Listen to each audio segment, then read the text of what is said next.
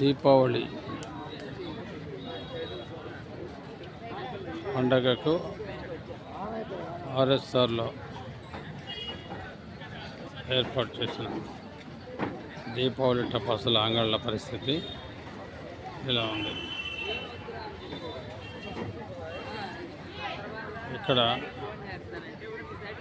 ఇప్పటివరకు మోకాళ్ళలో నీళ్ళలో ఉన్నది. ఇప్పుడే మోటార్ల ద్వారా నీటిని తొలగించే కార్యక్రమం జరుగుతూ ఉంది. మనం చూడవచ్చు ఇక్కడ పైప్ లైన్స్ కూడా, ఒక పైప్ కూడా వేసి పైప్ కూడా పెట్టి నీళ్లు పెట్టేటువంటి మోటార్ ద్వారా నీళ్లు తొలగించే కార్యక్రమం ఒకటి చేస్తారు.